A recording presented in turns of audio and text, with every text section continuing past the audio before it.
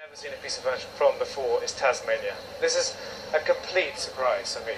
And we're looking at this slightly in reverse, but it is absolutely fantastic, because here, on the top of the pedestal, is this tantalizing ink inscription.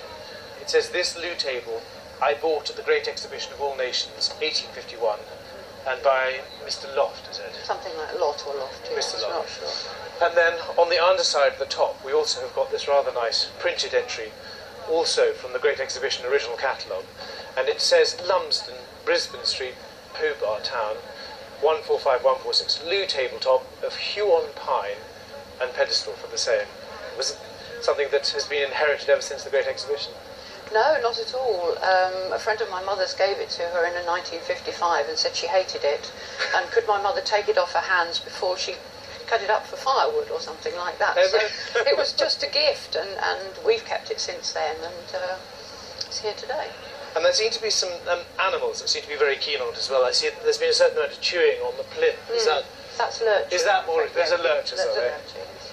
Well, I think a lot of the appeal of it is actually within the timber itself. If we take down the top with a very good click, very good quality lacquered brass latch, it's this fantastic segmentally veneered timber. It almost looks a little bit like burr in many ways, but it is this incredibly rich, oily timber which is indigenous to Tasmania, the Huon conifer or pine.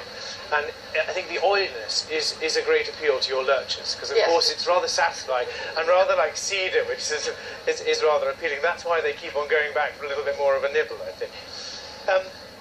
The cabinet maker himself, do you know much about his origins?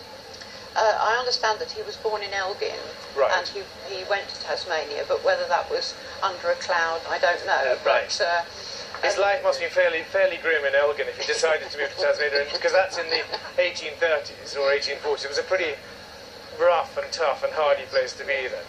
But obviously he set up quite a successful business, because to be then exhibiting at the Great International Exhibition in 1851 and to be representing something patriotic and nationalistic, which is made out of the great tree of Tasmania, is a remarkable thing. What's fantastic about this is that with the Tasmanian documented history and the Great Exhibition premium attached to it, I think this is something which it's really very difficult to work out whether it's worth £10,000 or whether it's worth £20,000. It's a unique object.